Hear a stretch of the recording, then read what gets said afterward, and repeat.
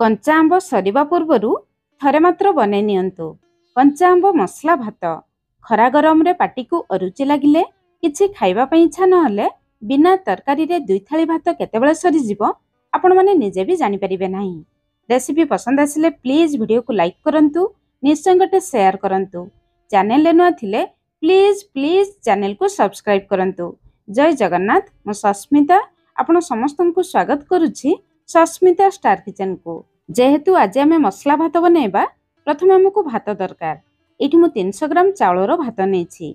एई recipe पई आपण माने अरुआ भात उषुना भात जे कोनोसी चाउलर भात नै परिबे। केवल ध्यान रखिबे भात बनैबा समय रे भात रे बेसी पेज रखिबे नाही। भात एमिति झुझुरा हेबा दरकार।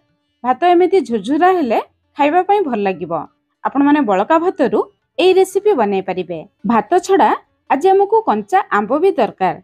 300 ग्राम चाउलर भात पई एठी मु नेछि 200 ग्राम रो कंचा आंब। आपण माने जेतिकी चाउलर भात नेबे तार अधा आंब नेबे। एठी आंब मु टिके अधिक नेछि काहेकि ना एई आंब जमा भी खटा नाही, पूरा मिठा अछि। आंबरु चोपा बाहर कर सारिबा परे एमिति मोटा करोना रे करि नेबा। जदि मोटा करोना नथिबो सरू करोना रे करि नै परिबे। जदि करोना नथिबो ताहले आंब को पतळा करी काटि नेबे। जदि करोना रे करिवे ध्यान रखिबे चारिपट को घुरेई करिवे। मझिरे थिबा कोइली बा टाकुआ जदि टाण थिबो बाहर को बाहर कर देबे। जदि नरम थिबो परिबा समय रे ध्यान रखिबे कोइली बा टाकुआ को जमा करिवे नाही, नहले आंब पिता लागिबो। रेसिपी रे खाइबा पई जमा भी भल लागिबो नाही। सब आंब आमे करि नेले एबे चलंतु आंब मसला भात बनेबा। कढ़ई गरम करी 2 बड़ चमच रिफाइन तेल देबा। रिफाइन तेल रे बनेबे खाइबा पई भल लागिबो। तेल गरम हिजबा परे 2 बड़ चमच चिना बादाम देबा। गैस रो फ्लेम लो मीडियम रखी चिना बादाम को हल्का भाजिबा, बेसी पड़िबे नाही।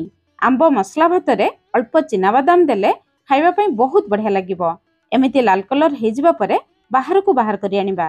दर्शक बंधु आपण मानको गोटे अनुरोध, रेसिपी पसंद आसिले निश्चय गोटे शेयर करिवे। चिना बादाम भाजी जिबा परे सेई तेल रे गोटे छोटो चामच बुट डाली गोटे छोटो चामच बिरि डाली देबा। बुट डाली बिरि डाली मिसई की देले ई मसला भात खाइबा पई बहुत बढ़िया लागे। जदि वयस्क लोक छोट पिला खाई पार नथुबे ताहले बुट डाली बिरि डाली को आपण माने स्किप करिवे। गैस रो फ्लेम लो मीडियम रखी डाली को हल्का भाजिबा, बेसी पड़िबे नाही। डाली हल्का भाजी जिबा परे आधा छोटो चामच जीरा आधा छोटो चामच छोटो दाना वाला सरिष देबा। डाली भाजी जिबा परे जीरा सरिष देबे। प्रथम रो देले जीरा सरिष बेसी पड़ी जिवो। जीरा सरिष तेल रे फुटी जिबा परे राग पई 2 रु 3टी कंचा लंका देबा।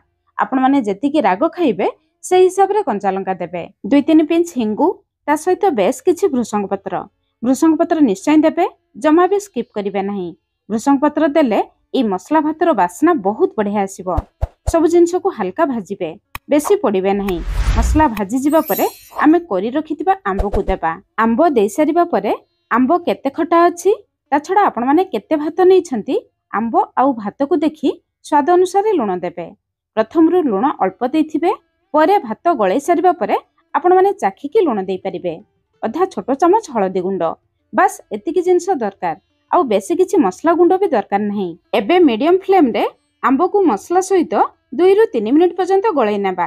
आंब रे थिबा सब कंचा पानी सुखी जिबा पर्यंत आमे मसला सहित गळै नेबा।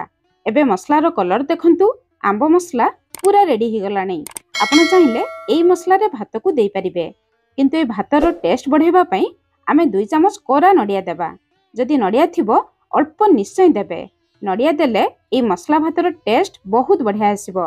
नडिया न देले भी केवल कंचा आंब मसला रे आपण माने ए मसला भात बनै परिबे, किंतु अल्प नडिया देले ए मसला भात रे टिके साउथ इंडिया फ्लेवर आसीबो।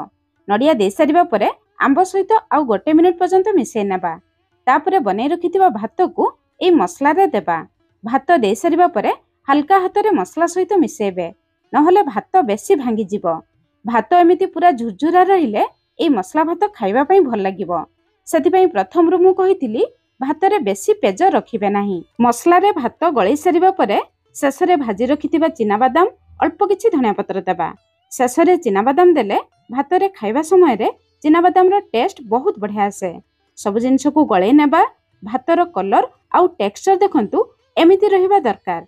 एबे हम रेडी हि गला साउथ इंडिया रो फेमस मैंगो राइस बा कंचा आंब मसला भात। कंचा आंब सरिबा पूर्वरु ଆପଣମାନେ ନିଶ୍ଚୟ ଥରେ ବନାନ୍ତୁ। ବିନା ତରକାରୀରେ ଦେଖିବେ ଏଇ ଭାତ ଖାଇବା ପାଇଁ ବହୁତ ବଢ଼ିଆ ଲାଗିବ। କେମିତି ଲାଗିଲା ନିଶ୍ଚୟ ମୋତେ କମେଣ୍ଟସ୍ କରି ଜଣାଇବେ। ଆଜି ପାଇଁ ରହିଲି, ପୁଣି ଦେଖା ହେବା ନୂଆ ରେସିପିରେ। ଧନ୍ୟବାଦ।